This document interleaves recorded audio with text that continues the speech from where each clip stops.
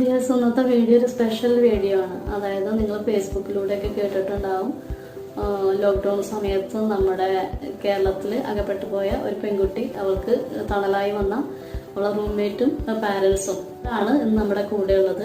ചൈനയിലും ഇറ്റലിയിലൊക്കെ ഒരുപാട് കൊറോണ കേസുകൾ റിപ്പോർട്ട് ചെയ്ത സമയത്ത് ഒരുപാട് ലോകരാഷ്ട്രങ്ങൾ ലോക്ക്ഡൗൺ പ്രഖ്യാപിച്ചു. നമ്മൾ ഒരിക്കലും പ്രതീക്ഷിക്കുന്നില്ല നമ്മുടെ ഇന്ത്യയിൽ അങ്ങനെ ഒരു സിറ്റുവേഷൻ വരെ ലോക്ക്ഡൗൺ പ്രഖ്യാപിക്കും എന്നുള്ളതൊന്നും ഒരിക്കലും നമ്മൾ പ്രതീക്ഷിക്കാത്തൊരു സംഭവമായിരുന്നു. അപ്പോൾ പെട്ടെന്ന് ലോക്ക്ഡൗൺ പ്രഖ്യാപിച്ച സമയത്ത് ഒരുപാട് ആൾക്കാർ നമ്മുടെ ഇന്ത്യയിൽ കുടുങ്ങിപ്പോയി. അതുപോലെ പെട്ടുപോയ ഒരാളാണ് സബ ലുക്മാനിയ എന്നാണ് അവളെ പേര്. ലക്ഷദ്വീപ് സ്വദേശിനിയാണ്.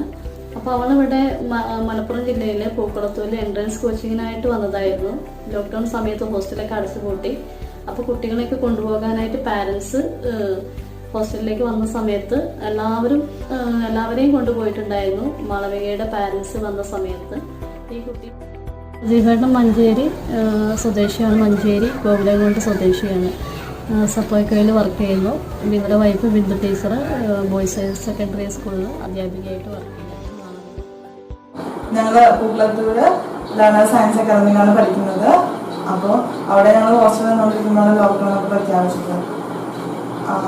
അച്ഛനമ്മയും ഇന്ന് കൊണ്ടുവരാൻ വന്നപ്പോൾ സഭയ്ക്ക് എന്തായാലും ലക്ഷദ്വീപിലേക്ക് പോകാൻ പറ്റില്ലായിരുന്നു. കാരണം അപ്പോഴേക്കും പ്ലെയിനും അതേപോലെ തന്നെ ഷിപ്പൊക്കെ നിർത്തിയായിരുന്നു. അപ്പോൾ സഭേനെയും കൂടെ കൂട്ടി. വീട്ടില് മാർച്ച് 23 നോമ്പൊക്കെ ഉഷാറായിട്ട് എല്ലാരും കൂടി എടുത്തു. ലോക്ക്ഡൗൺ സമയത്ത് മോളെ കൂട്ടാൻ വേണ്ടി ഞങ്ങൾ പോയതായിരുന്നു. അപ്പോഴാണ് സഭ എല്ലാവരും ഒരുവിധം കുട്ടികളൊക്കെ വെക്കായിട്ട് ചെയ്ത് പോയിട്ടുണ്ടായിരുന്നു. അപ്പോൾ ഞങ്ങൾ അവളെയും കൂട്ടിയിട്ട് പോരാനൊരു പ്ലാനിലാണ് ചെന്നത്.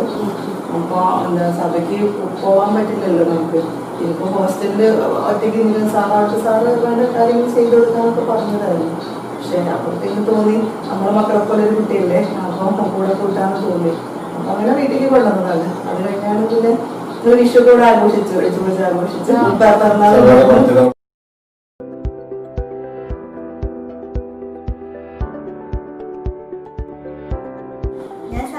ബോറടിച്ചിരിക്കാറാണ്. പോലെ എല്ലാവരും വന്നപ്പോൾ ഭയങ്കര ഇതായി. സബജേഷ് നല്ല ഫ്രണ്ട്ലിയാണ്. വിദ്യാഭ്യാസം ഉള്ളതുകൊണ്ട് നമ്മൾ കുറേ പഠിക്കുക എന്നുള്ളത് മാത്രമല്ല ഉദ്ദേശിക്കുന്നത്. പിന്നെ അതോടുകൂടി നമ്മൾ സമൂഹത്തിൽ വളരേണ്ട കുട്ടികളാണ്. അവർക്ക് സാമൂഹിക ബോധം കാര്യങ്ങളും ഉണ്ടാവേണ്ടതുണ്ട്. നമ്മളിലെപ്പോഴുള്ള ഒരാൾ നഷ്ടപ്പെടുകയോ അവർക്ക് എന്തെങ്കിലും ബുദ്ധിമുട്ടോ അല്ലെങ്കിൽ സഹായം വേണ്ടി ചെയ്യുമ്പോൾ നമ്മൾ തീർച്ചയായിട്ടും അവരെ സഹായിക്കേണ്ടില്ല. ആ ഒരു മനോഭാവം കൂടിയുള്ളൊരു കുട്ടി വളർന്നു വരുമ്പോഴേ നമുക്ക് ഒരു നല്ല സമൂഹം ഉണ്ടാവാൻ സാധിക്കും. ഹോം സിക്നെസ് ഒന്നുമില്ല. വീട്ടില് ആ ഒരു ഫീലിംഗ് ആണ് ഞാൻ ഇവിടെ വന്നപ്പോഴും തോന്നിയത്. ഞങ്ങൾക്ക് ക്ലാസ് ഒക്കെ ഓൾറെഡി കഴിഞ്ഞതാണ്. ഇനിയിപ്പോൾ ജൂലൈ 26 എക്സാം ഫോമാണ്. ഇപ്പോൾ അവിടെ തിരിച്ചു പോകണമെങ്കിൽ കുറച്ച് ടൈം എടുക്കൂല്ലേ? മറ്റ് ജില്ലകളൊക്കെ അപേക്ഷിച്ച് നമ്മളുടെ ഒരു സ്നേഹം മലപ്പുറത്ത് വന്ന ഒരാൾ ഒരിക്കലും മലപ്പുറത്തിന്റെ സ്നേഹം മറക്കൂല. മലപ്പുറം ജില്ലയിൽ വന്നിട്ടുള്ള നമ്മളുടെ സ്നേഹം അനുഭവിച്ചിട്ടുള്ള ഒരാൾ പോലും പിന്നീട് ഒരിക്കലും മലപ്പുറം ജില്ല ഇങ്ങനെയാണ്. പലപ്പോഴും നമ്മളുടെ മതത്തിന്റെയും ജാതിയുടെയൊക്കെ പേര് വന്ന് വേർതിരിവ് പലപ്പോഴും നമ്മൾ കേൾക്കാറുണ്ട്. പക്ഷെ ഇവിടെ വരുന്ന ഒരാൾക്ക് ഒരിക്കലും നമുക്കത് തോന്നാറില്ല എന്നുള്ളതാണ് സത്യം. എന്താ പറയുക, ഇത്തരം കാര്യങ്ങൾ നമ്മളിപ്പോൾ ഇതൊക്കെ മറ്റുള്ളവർക്ക് അറിയുമ്പോഴേ ഞാൻ എനിക്ക് ഇതുണ്ടായ അനുഭവം പറഞ്ഞത്. ഞാൻ സംസ്ഥാന ജനോത്സവത്തിന് ഞാനുള്ള ഒരു വളണ്ടിയറായിരുന്നു. ഞങ്ങളുടെ ഡിപ്പാർട്ട്മെന്റിന്റെ ഭാഗമായിട്ട് ഞാനവിടെ ഒരു ഒഫീഷ്യലായിട്ട് ഞാനവിടെ നിന്നിരുന്നു. സംസ്ഥാന ജനോത്സവത്തിന് സമാപന ദിവസമാണ്. മന്ത്രി പ്രസംഗിച്ച് കൂട്ടിയിട്ടുള്ള സമയത്ത്, വിദ്യാഭ്യാസ മന്ത്രി പ്രസംഗിച്ച് കൂട്ടിയിട്ടുള്ള സമയത്ത് തിരുവനന്തപുരത്ത് ഒരാൾ എനിക്ക് 2 വാക്ക് പറയാനുള്ളത്, എനിക്ക് 2 വാക്ക് ഈ സ്റ്റേജിൽ എനിക്ക് സംസാരിക്കാനുള്ളത്. എന്നിട്ട് അയാൾ പറഞ്ഞു, ഞാനിവിടെ എൻ്റെ മോളും ഭാര്യയും മുൻകൂട്ടി ഞാനിട്ട് അയച്ചു. മോളിവിടെ നൃത്തത്തിനൊക്കെ പങ്കെടുത്തിരുന്നു, എന്നിട്ട് അയച്ചു. അതിന് ശേഷം ഞാൻ 2 ദിവസം കഴിഞ്ഞിട്ടാണ് വരുന്നത്. നാളെ മോള് ഡാൻസ് ആണെന്നുണ്ടെങ്കിൽ ഞാൻ അതിൻ്റെ തലേ ദിവസമാണ് ഞാൻ പ്രാക്ടീസും കാര്യങ്ങളൊക്കെ ആയിട്ട് മോളെ 2 ദിവസം മുമ്പ് അയച്ചിട്ടുണ്ട്. എന്നിട്ട് ഞാനിവിടെ വന്നപ്പോൾ ഞാനിവിടെ മലപ്പുറത്ത് അന്ന് വേർനാടിൽ നിന്ന് ലോഡ്ജുണ്ട്. ഞങ്ങൾ കോഴിക്കോട് മലപ്പുറത്ത് നിന്ന് കോട്ടപ്പടിയിൽ നിന്ന് അറിയപ്പെട്ടു. അപ്പോൾ അവിടേക്കാണ് എനിക്ക് എത്തേണ്ടത്. ഞാൻ KSRTC വന്ന് ഇറങ്ങി അവിടെ ഡ്രൈവറോട് ഓട്ടോ കയറി. ഡ്രൈവറോട് പറഞ്ഞു എനിക്കിങ്ങനെ എറണാടിൽ നിന്ന് ലോഡ്ജിലാണ് കൊണ്ടുവന്ന് പറഞ്ഞു. ഓട്ടോ ഡ്രൈവർ എന്നെ കയറ്റി നേരെ എറണാകുളം ലോഡ്ജിൽ കൊണ്ടുപോയി. അപ്പോൾ എൻ്റെ ബാഗ് ആ ഓട്ടോറിക്ഷ ഡ്രൈവർ കുറിച്ചിട്ട്, അപ്പോൾ രാത്രി 2 മണിക്കാണ് ഇറങ്ങുന്നത്. അപ്പോൾ അവിടെ ഓട്ടോറിക്ഷ ഡ്രൈവർ എന്നെ ഇറക്കി പോവുകയല്ലേ ചെയ്തത്. അവിടെ ബെല്ലടിച്ച് ലോഡ്ജിലെ ബോയ് വന്ന് റൂം നമ്പർ പറഞ്ഞു കൊടുത്ത് അയാൾ എന്നെ എൻ്റെ ബാഗ് പിടിച്ച് റൂമിലേക്ക് ആക്കി 20 രൂപയും വാങ്ങി പോകുന്നു പറഞ്ഞു. അയാളൊരു അനുഭവം പറഞ്ഞാണ് 20 രൂപയാണ്. ആ സമയത്ത് എൻ്റെ നാടാണ് തിരുവനന്തപുരം. അവിടെയാണെന്നുണ്ടെങ്കിൽ ഈ കുറച്ച് കറക്കി കൊണ്ടുപോകും, 200 രൂപയും വാങ്ങും.